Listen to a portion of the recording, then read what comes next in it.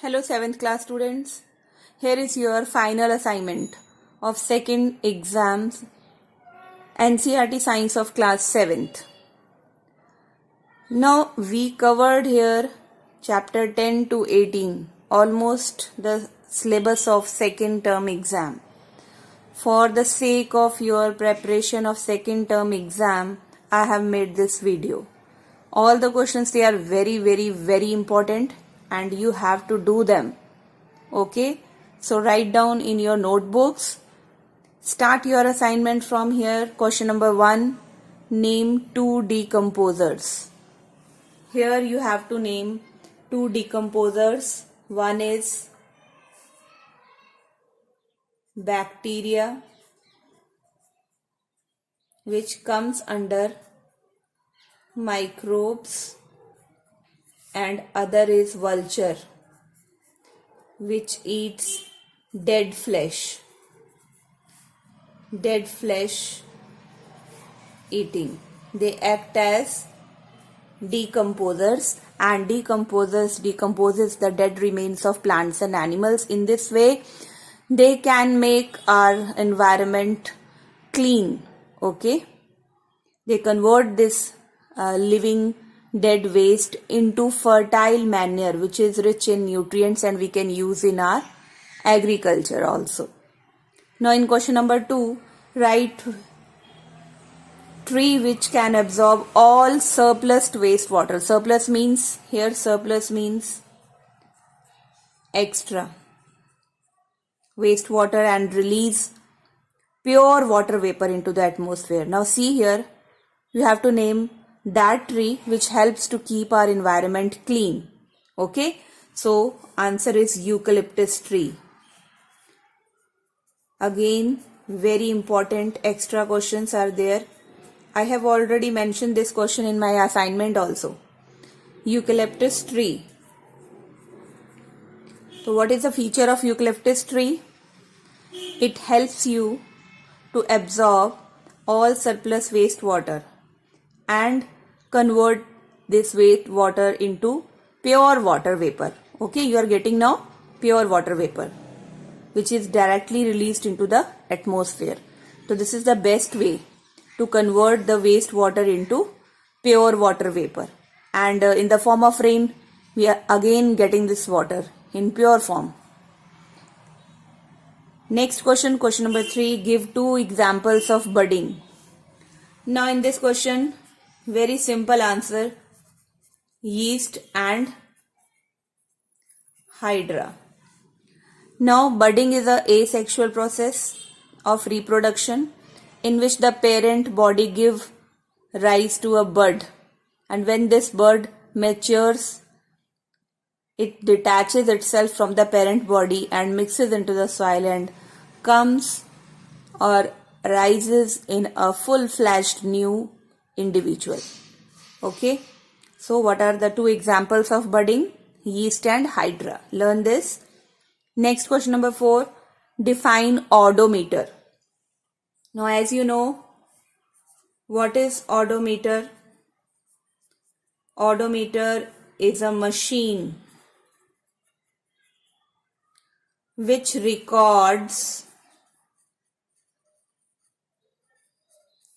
distance traveled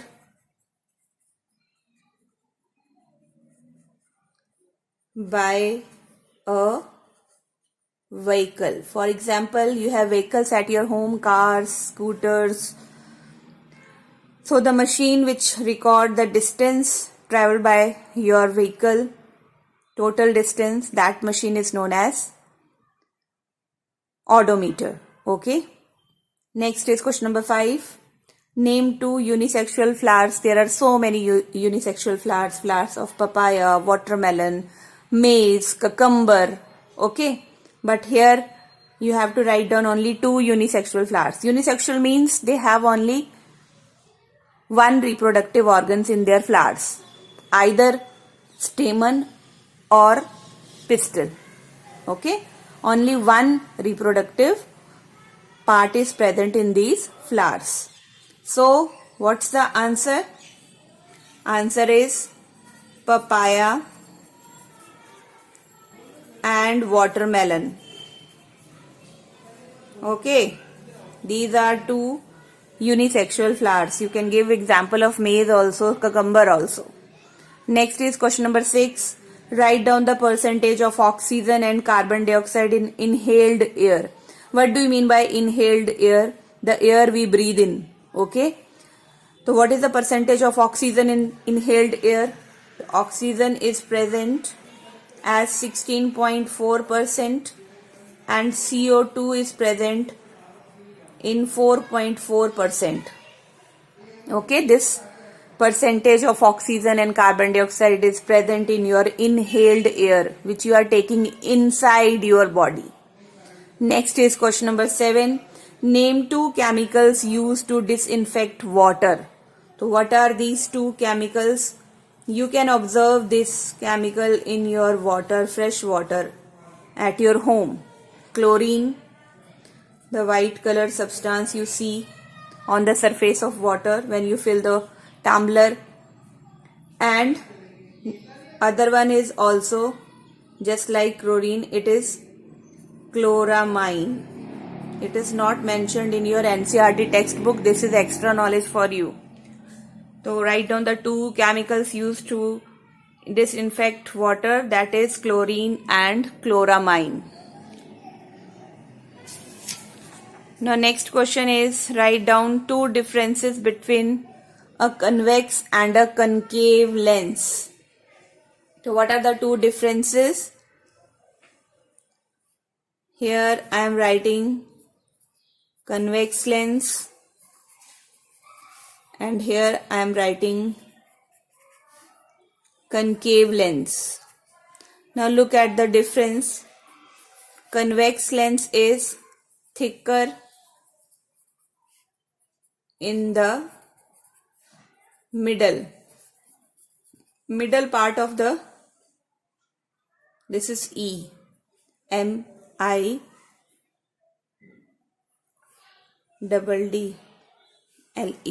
Okay, thicker in middle, MIDDLE, whereas concave lens is thinner in the middle. This is first difference. Second one is convex lens is also known as converging because it converges the light rays which falls on it, and similarly the concave mirror is diverging because it diverges the light rays falling on the surface of concave lens. The next question, question number 2, give 2 functions of stomata. One is exchange of gases. Exchange of gases like O2 and CO2 is done from the stomata. Stomatas are the small pores present on the surface or under surface of the leaves. The first function is exchange of gases and the second one is transpiration, loss of water. Transpiration, that is loss of water in the form of vapor. In the form of vapor. Actually it helps in maintaining the internal temperature of plants. Transpiration is the process which prevents plants from strong heat waves. Okay. Now next is question number 10. Write down advantages of CFLs over incandescent electric bulbs. Incandescent electric bulb is the common electric bulb. Okay. What are the advantages of CFL? The full form of CFL is again very important to know. Compact fluorescent lamps. Okay, what is the full form of CFL? Compact fluorescent lamps. So what are the advantages of CFLs over electric bulbs? 1. they have long life. Second, prevents the wastage of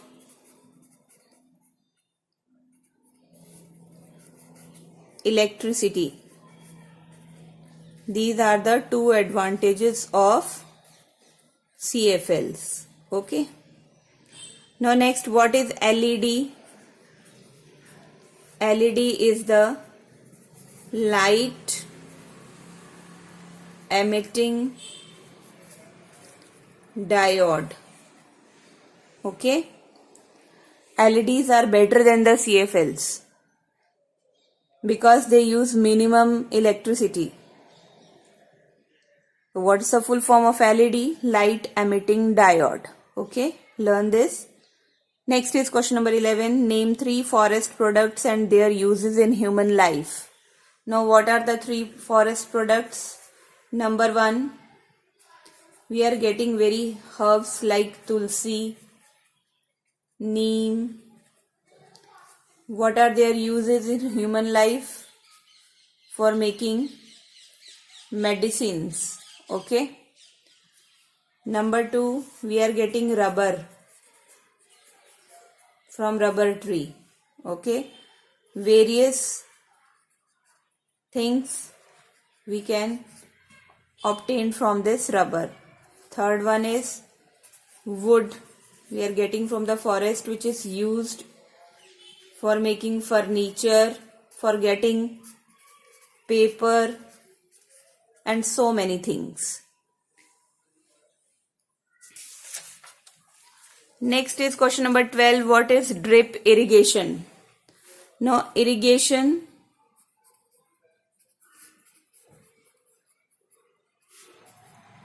in which, with the help of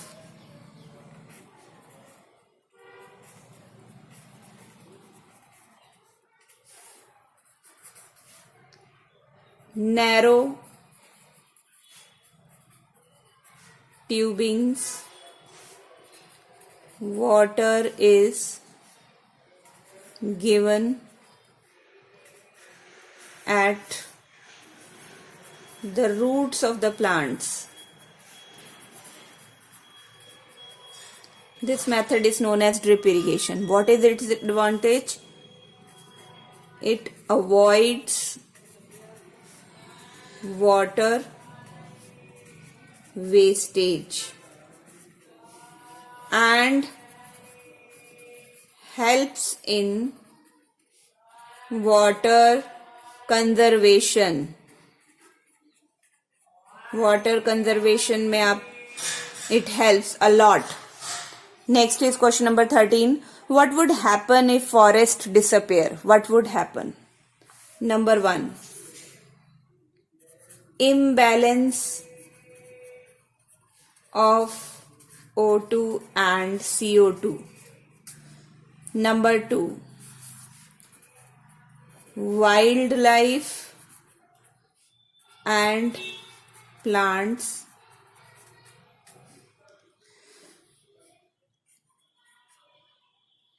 loses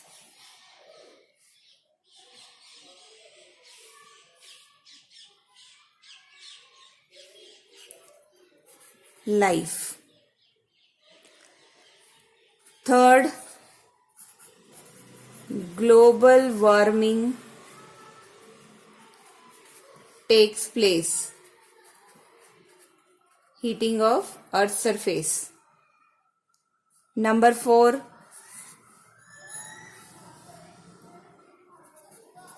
water cycle affected. Okay. And number 5, you can write loss of forest products.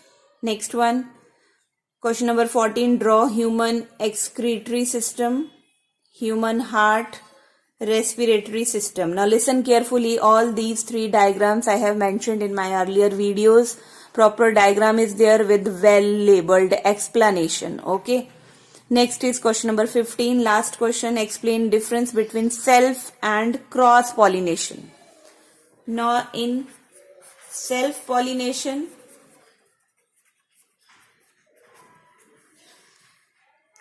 transfer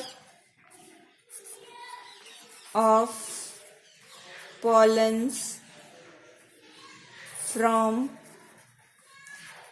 anther to stigma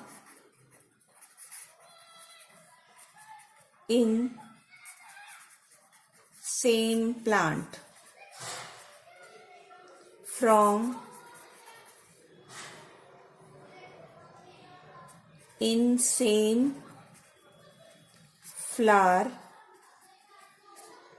or from one flower to other flower, but it happens in the same plant. Whereas cross pollination, transfer of pollens from anther to stigma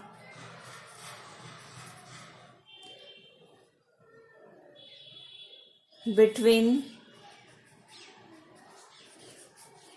flowers of